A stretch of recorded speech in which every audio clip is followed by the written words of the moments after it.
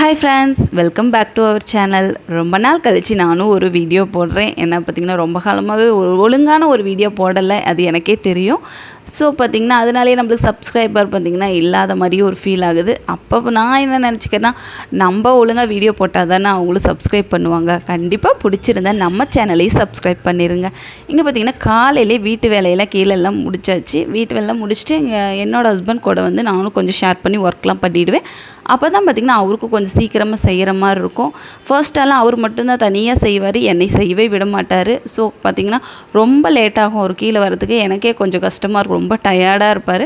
So பார்த்திங்கன்னா இப்போல்லாம் நானும் ஷேர் பண்ணி செய்ய ஆரம்பிச்சிட்டேன். ஏன்னா பையனும் வளர்ந்துட்டான்ல, சரி சும்மாவே உட்காரக்கூடாது அப்படிங்கிறதுக்காக நானும் ஷேர் பண்ணி செய்ய ஆரம்பிச்சிட்டேன்.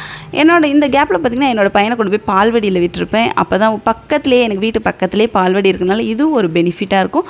பார்த்திங்கன்னா அவங்க விடுறனால தான் அவனுக்கும் சேஃப்டி, எங்களுக்கும் கொஞ்சம் வேலையை சீக்கிரமாகவே முடிக்க முடியும். கடைக்கு பார்த்திங்கன்னா உருளைக்கிழங்கு மசாலா செஞ்சு வச்சுட்டு பானிபூரிக்கு வந்து குருமாவும் செஞ்சாச்சு. நான் தான் செஞ்சிட்ருக்கேன். எல்லாம் செஞ்சு முடிச்சுட்டு பார்த்திங்கன்னா என்னோடய ஹஸ்பண்ட் ஒரு பக்கம் ஸ்வீட் எந்த ஐட்டம்லாம் அவர் பார்த்துக்குவார்.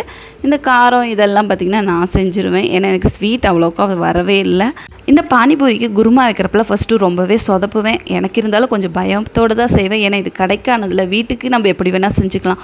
கடைக்கு பார்த்திங்கன்னா பார்த்து பக்குவமாக செய்யணும். உண்மையாலுமே ஃபர்ஸ்ட்டெல்லாம் கொஞ்சம் காரம் போடுற மாதிரி எனக்கே ஃபீல் ஆகும். இப்போ எல்லாத்தையும் குறைச்சிட்டு நானும் சூப்பராக செய்யவே ஆரம்பிச்சிட்டேன். அவ்வளோதான். என்னோடய குட்டி பையனையும் போய் பால்வடியிலேருந்து கூட்டிகிட்டு வந்து லஞ்சுக்கு பார்த்திங்கன்னா பச்சை பயிர் குழம்பு, வாழைக்காய் வறுவல், மாங்காய் தொக்கு.